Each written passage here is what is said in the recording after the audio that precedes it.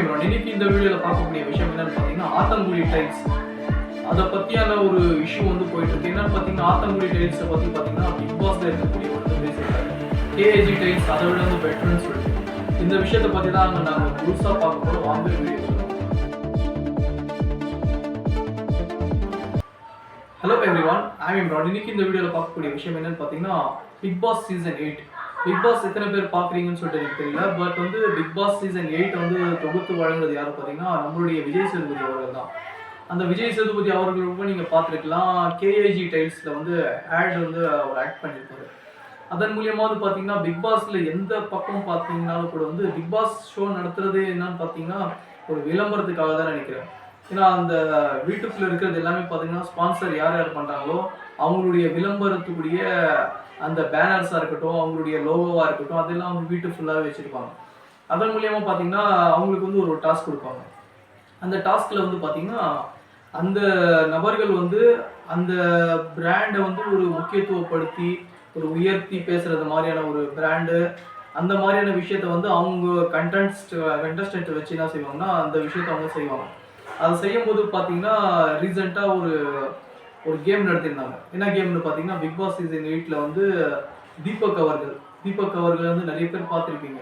இவருக்கு வயசே ஆகாதான்ற அந்த அளவுக்கு வந்து அவர் வந்து எங்கே இருப்பார்னு சொல்லிட்டு விஜய் சேதுபதி அவர்களே சொல்லியிருப்பார். என்னன்னு பார்த்தீங்கன்னா நானும் வந்து எப்போதுலேருந்தே பார்த்துருக்கேன், ஆனால் நீங்கள் வந்து எங்காவே இருக்கீங்க, நான் நீங்களும் நிறைய தடவை பார்த்துருப்பீங்க, எத்தனையோ வருஷமாக நானும் பார்த்துருக்கேன், அவர் வந்து ஒரு எங்காக தான் இருக்கார். அது அவர் தனிப்பட்ட உரிமை, அவர் தனிப்பட்ட முறையில் வந்து ஒரு நல்லா ஹேண்ட்ஸமாக நல்லா ஒரு ஆரோக்கியமாக இருக்கார். அவர் பேசின ஒரு விஷயம் தான் இன்னைக்கு வந்து இந்த அளவுக்கு வந்து ஒரு இஷ்யூவை ஏற்படுத்தியிருக்கு. என்னன்னு பார்த்தீங்கன்னா ஒரு பிக் பாஸ் வீட்டுக்குள்ளே நீங்கள் போறீங்கன்னா உங்களுடைய தனித்தன்மையை நீங்கள் வந்து வெளிப்படுத்தணும், அந்த மாதிரியான விஷயத்த வந்து அவங்க சொல்கிறாங்க. தனித்தன்மையை வெளிப்படுத்தணும், நாங்கள் வந்து உண்மையாக இருக்கோம்னு சொல்லிட்டு நிறைய பேர் வந்து போராடுறாங்க, நிறைய பேர் நடிக்கிறாங்க, நிறைய பேர் வெளியில் வராங்க. அந்த ஷோ என்ன ஆகுதுன்னு நமக்கு தெரியல. அதை பற்றி வீடியோ இது இல்லை.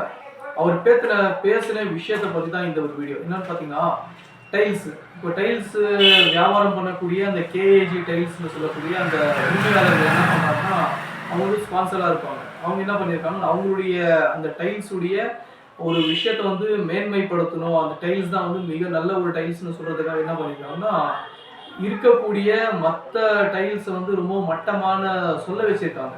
இல்லை அவங்க சொல்ல வச்சாங்களா இல்லை இவராக வந்து சொன்னார்னா எனக்கு தெரியல. ஆனால் அவர் சொன்ன ஒரு விஷயம் என்னன்னு பார்த்தீங்கன்னா தீபக் அவர்கள் என்ன சொல்லியிருக்காங்க பார்த்தீங்கன்னா தீபக் அண்ணன் அவர் வந்து அதில் அந்த கேம் விளையாடும் போது என்ன சொல்லியிருக்காருன்னா கேஏஜி டைல்ஸ் அதை விட பார்த்தீங்கன்னா ஆத்தங்குடி டைல்ஸ் வந்து ரொம்பவும் மட்டமான ஒரு டைல்ஸ், இது வந்து கலர் ஃபேட் ஆகும், இது வந்து லைஃப் லாங் வராது, இது வந்து கேஏஜி டைல்ஸை விட பார்த்தீங்கன்னா இது வந்து ஒரு மட்டமான டைல்ஸ்ன்ற மாதிரி வந்து பேசியிருந்தாரு. இந்த விஷயம் தான் ஒரு மிகப்பெரிய ஒரு தவறான விஷயம். ஏன்னா நம்மளுடைய ப்ராடக்ட் நல்லதுன்னு சொல்றதுக்காக வந்து மற்ற ப்ராடக்ட் வந்து தப்புன்னு சொல்றது மிகப்பெரிய ஒரு தவறு. உங்களுடைய ப்ராடக்ட் சரினா நீங்க சரின்னு சொல்லுங்க, தவிர வந்து இவருக்கு அந்த ப்ராடக்டை பத்தி எதுவுமே வந்து இவர் வந்து பார்ட்னர்களே எதுவும் இல்லை. அந்த கேம் விளையாடும் போது ஒரு வாய் விட்டுட்டார். என்னன்னு பார்த்தீங்கன்னா கேஏஜி டைல்ஸை விட வந்து ஆத்தங்குடி டைல்ஸ் வந்து அந்த அளவுக்கு மட்டமான ஒரு டைல்ஸ்ன்னு சொல்லிட்டு அவர் வாயால் சொல்லிட்டாரு. அதற்காக தான் இந்த ஒரு வீடியோ. எந்த விஷயத்தை பார்த்தீங்கன்னா நீங்கள் பேசுகிறீங்களோ அந்த விஷயத்தை பற்றி நீங்கள் வந்து முழுமையான ஒரு ரிசர்ச் பண்ணிவிட்டு அதுக்கப்புறம் பேசுங்க. ஏன்னா இந்த மாதிரி சொல்லும் போது பார்த்தீங்கன்னா அந்த ஆத்தங்குடியின் சார்ந்த அந்த தொழிலாளிகள் எல்லாருமே என்ன பண்ணியிருக்காங்க பார்த்தீங்கன்னா தீபக் அவர்கள் மேலே அந்த பிக் பாஸ் மேலே இன்னொன்று பார்த்தீங்கன்னா அந்த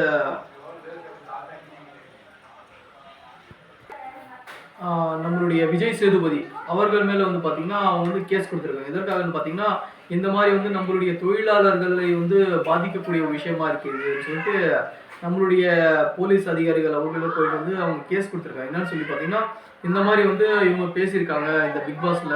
ஏன்னா இந்த மாதிரி பேசும்போது அவங்க வந்து ஆத்தங்குடி சார்ந்த நிறைய தொழிலாளர்கள் என்ன பண்ணியிருக்காங்க பார்த்தீங்கன்னா நம்மளுடைய விஜய் சேதுபதி, தீபக், பிக் பாஸ் அவர்கள் மேலே வந்து பார்த்தீங்கன்னா ஒரு நடவடிக்கை எடுக்கணும்னு சொல்லிட்டு போலீஸ் அதிகாரிகள் அவர்களெல்லாம் போயிட்டு வந்து உங்களுக்கு கோரிக்கை வச்சிருக்காங்க.